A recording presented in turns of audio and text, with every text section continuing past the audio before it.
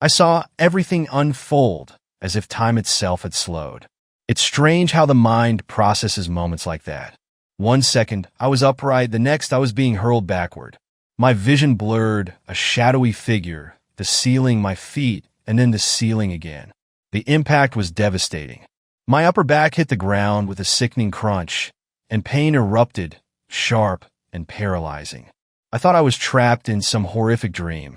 When I regained consciousness, my head pounded like a jackhammer, and my entire body throbbed with unfamiliar aches. I couldn't tell where I was. For what felt like an eternity, I just lay there trying to make sense of my surroundings. Slowly, I opened my eyes to glaring fluorescent lights in a plain, tiled ceiling above me. Every movement, even the shallowest breath, sent waves of stabbing pain through my torso. I wanted to scream, but instead stayed silent, focusing on piecing together what had happened. Any attempt to move my head caused a searing jolt to shoot down my spine. Even shifting my gaze to the side was excruciating. That's when I first heard voices nearby, though they sounded distant and muffled. "Do you think he's going to make it?" a concerned voice asked. "He has a chance," another replied. "Likely a doctor, but it'll take time." "When will he regain consciousness?" the first voice pressed. "He showed signs earlier, but he slipped back under. We'll just have to wait and see." The conversation drew closer, and snippets of their words began to sink in. They discussed my injuries, no cranial bleeding, though there was swelling and a concussion. My left arm was fractured in multiple places, and my back had borne the brunt of the impact. According to the doctor, I had hit the stairs with my shoulder blades before my head slammed into the bottom step. They mentioned my suit jacket had saved my skin from being torn to shreds, though my back was bruised all over. Bits of their conversation painted the picture I had somehow surfed down about 10 steps before coming to a halt. My mind churned, trying to connect the dots. "What about the woman?" one voice asked. "She refused treatment but had blood on her hands," another replied. "The man's forearm has deep scratches from his hand to his elbow. The direction doesn't match the fall. We're gathering forensic evidence." The voices grew louder as they discussed the incident. Someone mentioned a neighbor recording everything. A young woman was showing her parents her apartment when the shouting started. They caught two people, half-dressed, arguing on the landing. The guy yelled something like, "That'll teach you, you loser," and then shoved him. My chest tightened as I processed their words. Witnesses had seen and recorded everything. I wasn't imagining it. Someone had pushed me. I could have died. The mention of a neighbor pointing me out to the police made it clear. I wasn't alone in knowing the truth. The people who had done this to me had lied, claiming I tripped. Lying there, I couldn't stop replaying what had led to this. Just weeks earlier, I never would have believed my life could take such a dark turn. It all started with a careless mistake, or maybe it was fate. Lauren, my wife of 8 years, had left her phone on the bathroom counter while showering. A notification popped up, catching my attention. The message read, "Can't wait for tomorrow." Same time. It was from her boss, Alex Carter. It wasn't the first red flag. A month earlier, Alex had sent her a message saying she looked stunning and that he missed their last meeting. When I confronted Lauren about it, she brushed it off, claiming Alex had meant to text his wife, Alexa. To make it more convincing, Alex even called me, apologizing and insisting it was a misunderstanding. I bought it, or maybe I just wanted to believe it. But this message? This was different. It was clear that Lauren and Alex weren't just colleagues. They were lovers. I had trusted Lauren completely, and I thought our marriage was solid, our life in Houston stable. We'd met in college, both business majors, and while I wasn't the typical jock she might have been expected to date, we clicked. I was the quiet, determined type, and Lauren, with her outgoing charm, balanced me perfectly. At feet, inches, and pounds, I wasn't an athlete, but I stayed fit enough. Lauren, 2 years younger, was the kind of woman who turned heads without trying. After college, I worked relentlessly to build my career, burning my CPA and later my MBA. Lauren, in real estate, had a steady income, though it was inconsistent. We weren't wealthy, but we were comfortable. I often traveled for work, meeting clients across Texas, but I always came home thinking we were a team. When doubts began to creep in, I started paying closer attention. Alex Carter wasn't just her boss. He was married, and a father of 3. He was charming in that used car salesman way, the kind of guy who could talk his way out of anything. And Lauren? She didn't see it, or didn't care. When I found that message, something in me snapped. That night, Lauren was in the shower, humming softly as if everything was normal. Normally, I'd be looking forward to her stepping out, her skin warm from the steam, expecting me to wrap her in my arms. But this time, I felt nothing but a cold knot in my stomach. "I don't feel well," I lied, locking myself in the guest bathroom while she went to bed. I stayed up all night, researching ways to track her phone without her knowing. To my shock, it was disturbingly easy. I installed an app and began monitoring her texts and calls. What I found over the next few days made my blood boil. Alex Carter wasn't just a flirt, he was relentless. They had been sneaking off multiple times a week. Their texts were shameless, leaving no room for doubt. I even recorded a particularly graphic phone call between them, though I wasn't sure I'd ever use it. It wasn't just for proof.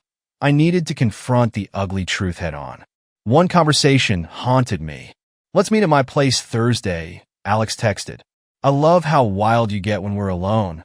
Lauren replied, "Don't call Tyler a loser again. It's disrespectful." Tyler. That's me. The man she promised to love and honor. But Alex just laughed. "He's a loser," Alex wrote back. "You deserve better than a guy who's married to his spreadsheets." Lauren's reply crushed me. "He's not a loser. He's just different. You're rougher, and sometimes I need that. That's why I keep coming back to you." Alex's response. A string of laughing emojis. "Admit it, you want a real man." They continued, throwing insults at me between their lewd remarks. Lauren defended me here and there, but her words were half-hearted. The knife twisted deeper when she warned Alex to use protection, mentioning we were planning to start trying for a baby soon. Alex joked that if his swimmers got her pregnant, I'd raise the kid without even knowing. Every word burned itself into my memory. The betrayal was unbearable. Our marriage wasn't what I thought it was, and I knew there was no coming back from this. I saved everything, the texts, the recordings, and the screenshots. It wasn't just about building a case for divorce. I needed undeniable proof for myself. Over the next 3 weeks, I prepared for the inevitable fallout. Including my student loans, Lauren's real estate income was inconsistent at best, and I knew I'd likely have to pay alimony. I didn't want her dragging me into financial ruin, so I cleared our account strategically. I prepaid my lawyer and reduced our joint savings to the bare minimum. Quietly, I began stashing cash, keeping as much out of her reach as possible. By the time I filed the divorce papers, I was emotionally numb. I started thinking about how to confront them. My initial fantasies involved catching them in the act, chasing Alex out of my apartment with a bat. But I wasn't stupid. Alex was at least feet inches, pounds, and a former college athlete. I wasn't about to pick a fight I couldn't win. Besides, the last thing I wanted was to end up in jail. When I arrived home that fateful evening, everything spiraled out of control. Alex's car was parked right next to Lauren's. I stepped inside quietly, making sure not to jingle my keys. I froze as the sounds hit me, heavy grunts and Lauren's voice moaning. "Harder, Alex. Don't stop." My chest tightened. For a moment, I stood there, rooted in place, rage and heartbreak battling for control. Then, without thinking, I stormed into the living room. There they were. Lauren bent over the couch, Alex behind her like an animal. They didn't even notice me at first. "Get off her!" I shouted, my voice shaking with fury. Alex turned, startled, and stumbled. Lauren screamed, clutching at a blanket. I didn't think, I just acted. My fist connected with Alex's side, making him yelp in surprise. Recovering quickly, he grabbed me by the lapels of my suit jacket, shaking me like a rag doll. Lauren rushed toward me, clawing at my arms. "Tyler, stop," she shrieked, her nails tearing into my skin. I wasn't sure if she was trying to stop me from fighting or protect Alex, but her betrayal stung worse than the scratches. Alex lifted me off the ground like I weighed nothing. "You want to play hero?" he spat. "Fine." Before I could react, he charged across the room, hurling me out the front door. I hit the top of the stairs and tumbled down, the world spinning as pain exploded in my back and shoulders. The last thing I saw before blacking out was the smug look on Alex's face as he disappeared back inside. When I woke up, I was in the hospital, surrounded by stark white walls and the steady beeping of monitors. My body felt like it had been crushed under a truck. Pain radiated through every inch of me. Even breathing was agony. Doctors told me I'd suffered a concussion, several fractured ribs, and a fractured left arm. My back was bruised so severely that I'd need weeks of recovery. They suspected a sacrum injury, though fortunately, there was no paralysis. My suit jacket had spared me from worse, but the damage was done. The worst part wasn't physical, it was the mental anguish. I replayed the events in my head, each detail sharpening the betrayal. Lauren hadn't just cheated on me. She'd helped her lover assault me and left me lying unconscious. It wasn't an accident, it was deliberate.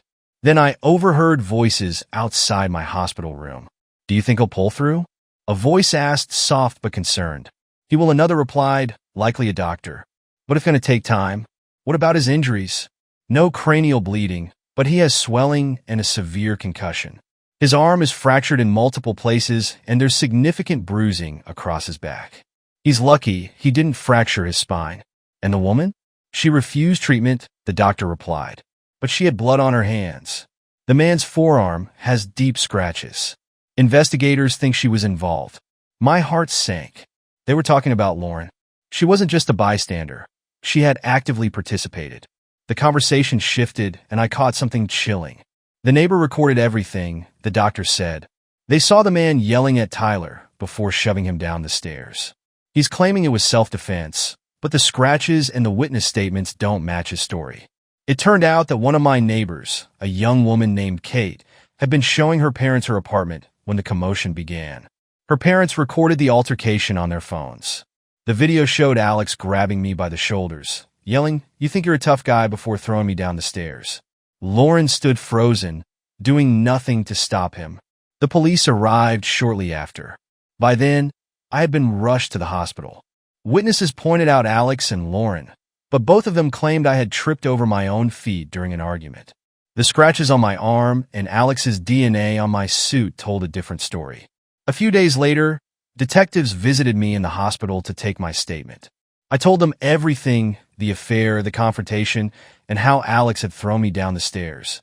I made sure to emphasize Lauren's role, explaining how she had clawed at my arm, trying to stop me from defending myself. The police didn't take my word for it alone. Forensic evidence supported my story. Alex had left his DNA on my jacket and pants. Traces of fluids on my leg confirmed close contact during the struggle. The video footage from Kate's parents sealed the deal. Alex was charged with assault and booked into the local jail. But her involvement in the attack drew suspicion.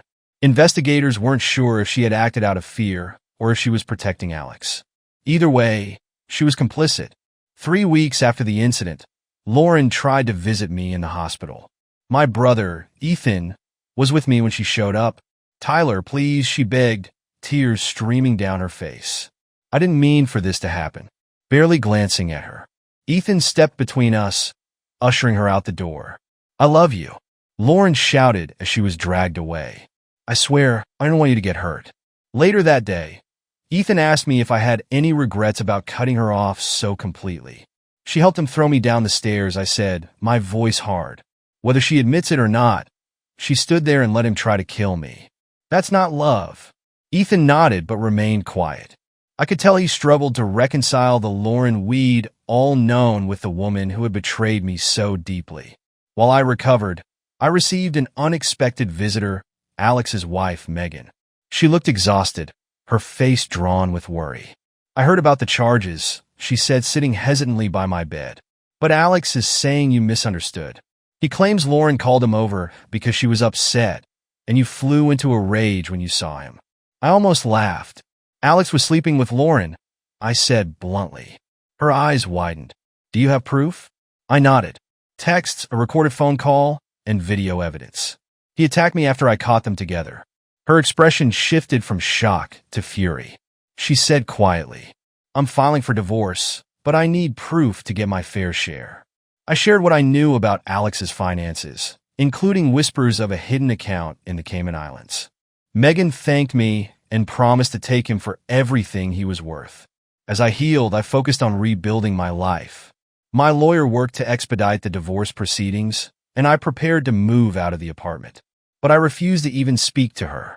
Meanwhile, Megan uncovered Alex's secret account, freezing it before he could access it for bail. Without his funds, Alex remained in jail, stewing in his own mess. The irony wasn't lost on me. Lauren had traded a stable, loving marriage for a man who couldn't even buy his way out of trouble. A month after the incident, I was finally cleared to leave the hospital. Ethan and I returned to the apartment to pack up my belongings. I wanted nothing but my clothes, my work computer, and a few personal items. Everything else, furniture, decor, and the memories they carried, could stay. I didn't want reminders of Lauren in my new life. As we packed, Lauren's mother, Susan, and younger sister, Chloe, arrived unexpectedly. Susan looked heartbroken as she hugged me tightly. "I'm so sorry, Tyler," she said, her voice cracking. "I can't believe Lauren would throw everything away for him. Is there any chance you could work this out? Maybe after counseling." Chloe, standing quietly behind her mother, rolled her eyes. It was clear she didn't agree with Susan's hope for reconciliation. I sighed, feeling the weight of the moment. "Susan, this wasn't a one-time mistake. It wasn't something I can forgive. It went on for months. I have proof." Susan's face darkened. She made it sound like it was just an accident, that you were being unforgiving. "No," I said firmly. "It wasn't an accident. She made choices, repeatedly, and the evidence is damning." Susan's shoulders sagged, but she nodded. "I need to see it," she said resolutely. "If it's as bad as you say, I want to know." I agreed to share the audio recordings and texts with her later. "Lauren's going to need your support," I said. "She's in for a tough road ahead." "We'll support her," Susan said firmly, "but that doesn't mean we condone what she did." Chloe, silent until now, finally spoke. "This is such a mess. And for what? Some jerk who's going to jail." She shook her head, grabbing a box to pack some of Lauren's things. As we worked, Chloe leaned closer to me. "You don't even know the half of it, Tyler," she murmured. I raised an eyebrow. "What do you mean?" She hesitated, then sighed. "I was when you and Lauren got together. I remember thinking, why can't I find someone like Tyler? You weren't flashy or arrogant like the guys I was dating. You were solid, reliable, someone who'd stick around no matter what." I chuckled. "You're making me sound like a Labrador retriever." Chloe smirked. "Maybe, but that's not a bad thing." Her tone softened as she looked at me. "You deserve better than Lauren. And honestly, if she's too blind to see what she had, then, well, I wouldn't make the same mistake." I froze, unsure how to respond. Chloe stepped closer, brushing her hand against mine. "I'm just saying, I'm here, and I have been for a while." Before I could process her words, Susan called out from the kitchen, breaking the tension. Chloe pulled away, leaving me reeling. As Ethan and I carried boxes out to the truck, Kate, the neighbor who had recorded the incident, approached. She was wearing scrubs, her name tag clipped to her chest. She waved with a smile. "Hey, Tyler, you're up and about." "That's great," she said, her tone warm. Her eyes flicked to the boxes. "You're not trying to lift those, are you? You had a serious concussion. You're supposed to be resting." I smiled wryly. "Ethan's doing all the heavy lifting. I'm just packing up my things." "Good," Kate said firmly. "You scared me that night. I don't usually deal with neuro cases, but I'm a nurse, so when I saw you lying there, I worried you might have broken your neck." I frowned. "I didn't know you were a nurse." "Critical care," she said, nodding. "Lucy, the nurse who treated you, is my former roommate. She kept me updated on your condition." "Thank you," I said sincerely.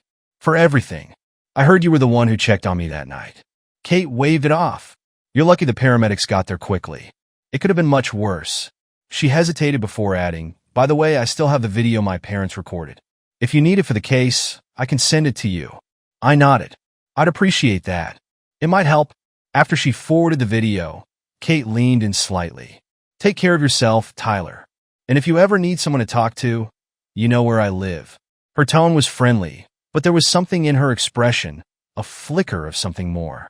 As Ethan drove me to my new place, a small, modest rental across town, I felt a mix of relief and exhaustion. The apartment was clean and bare, but it felt like a blank slate, a fresh start. You're better off without her, Ethan said, breaking the silence.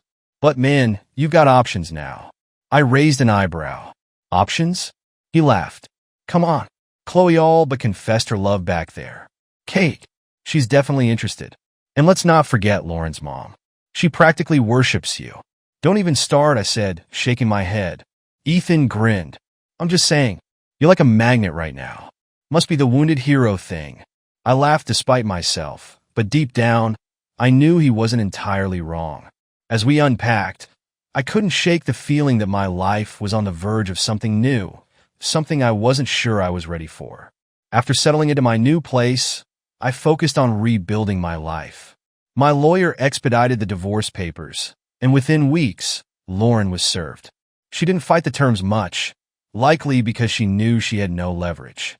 I offered minimal support, half her rent and utilities for 2 years, provided she lived alone and a small grocery stipend. It was a better deal than she would have gotten in court, and she signed without much hesitation. Lauren's legal troubles didn't end there. The evidence against her as an accomplice in Alex's attack on me was mounting. The scratches on my arms, combined with her presence during the incident and the recorded video, painted a damning picture. The DA was willing to offer her a deal if she testified against Alex, but even then, she faced fines and potential jail time. Meanwhile, Alex was stuck in jail. Thanks to his wife Megan freezing their accounts, he couldn't post bail. The attempted murder charge meant a high bail amount, and with Megan's lawyer working tirelessly to uncover his hidden assets, he had no way out. I couldn't help but smile at the irony. Alex, who once thought he was untouchable, was now at the mercy of the system. Megan wasn't done with Alex. She visited me again, this time with an update on the secret account I'd mentioned. You were right, she said, her voice cold but victorious. He's been funneling money into an offshore account in the Cayman Islands. My lawyer locked it down before he could touch it. I raised an eyebrow. How did you manage that? Megan smirked. Let's just say Alex's arrogance worked against him. He put the account in his son's name, thinking it would be untouchable. But as his legal guardian, I had the authority to freeze it. What are you going to do with the money? I asked. It's going to my kids' college funds, she replied without hesitation. Alex doesn't get to win, not after what he's done. I admired her resolve. Megan was fighting for her family with the same determination I was using to rebuild mine. Before leaving, she placed a hand on my shoulder. You deserve better than Lauren. Don't let her drag you down anymore. A few days later, Lauren called me. I debated whether to answer, but finally picked up. Her voice was trembling, on the verge of tears. Tyler, can we please talk, she began. I know I messed up, but I didn't want this to happen. Alex manipulated me. Manipulated you. I repeated, my tone flat. You mean the same Alex you were defending when he threw me down the stairs? She stammered. I didn't know he was going to hurt you. I was scared. He said if we stuck to the story, everything would blow over. You lied to the police, I said sharply. You stood by while he tried to kill me. That's not fear, Lauren. That's betrayal. She broke down, sobbing. I don't know what to do. I've lost everything. Please, Tyler, I'll do whatever it takes. Counseling, a post-nup, anything. You think a post-nup will fix this? I snapped. You destroyed our marriage the moment you chose him over me. There's nothing left to save. Lauren fell silent, and for a moment, I thought she had hung up. Then she whispered, I still love you. I laughed bitterly. You have a funny way of showing it. Despite Lauren's pleas, I kept my distance.